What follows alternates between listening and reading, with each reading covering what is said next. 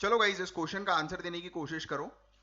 तो देखो, सबसे पहले तो ये समझना आपको बहुत ज्यादा जरूरी है कि ये थंगन कमेटी जो है वो क्या है, या थुंगन बोलते हैं इसको, थुंगन कमेटी।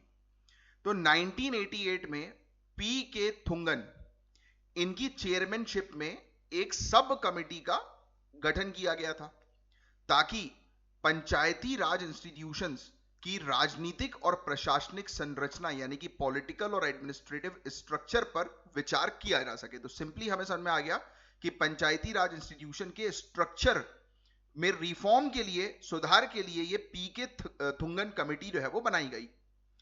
अब देखो, थुंगन कमेटी ने पंचायती राज संस्थाओं को संवैधानिक मान्यता यानी कि कॉन्स्टिट्यूशनल रिकॉग्नाइजेशन या स्टेटस प्रदान करने की सिफारिश जो है वो की थी कि भाई जो पंचायती राज जो है उनको कॉन्स्टिट्यूशन में शामिल कर लो। और इस कमेटी ने सजेशन दिया कि पंचायती राज को संवैधानिक रूप से अनिवार्य यानी कि कॉन्स्टिट्यूशनली मैंडेटरी बनाया जाना चाहिए। तो सिंपली हमें समझ में आ गया कि थुंगन कमेटी जो है वो पंचायती राज इंस्टीट्यूशन से रिलेटेड है, और इनका ऑब्जेक्टिव था कि कॉन्स्टिट्यूशनल स्टेटस जो है वो पंचायती राज को मिल जाए।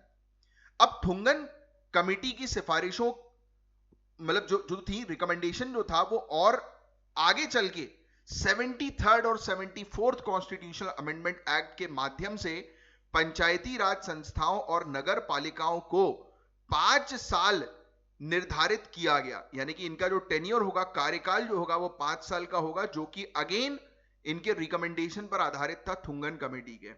और आर्टिकल 243 और आर्टिकल 243 के तहत कॉन्स्टिट्यूशनल प्रोविजन के तौर पर इसको स्टैब्लिश किया गया।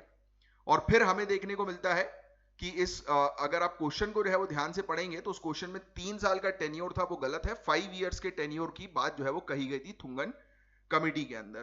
तो इसमें ओनली वन ऑप्शन जो है वो बिल्कुल करेक्ट रहेगा। तो इंडियन पॉलिटी में कमेटी से जुड़े क्वेश्चन जो है गाइस बहुत ज्यादा पूछे जाते हैं, और मैंने आपको एक थुंगन कमेटी का एक अच्छा एक्सप्लेनेशन दिया, और ये अच्छा लगा है तो लाइक का बटन जरूर हिट करना।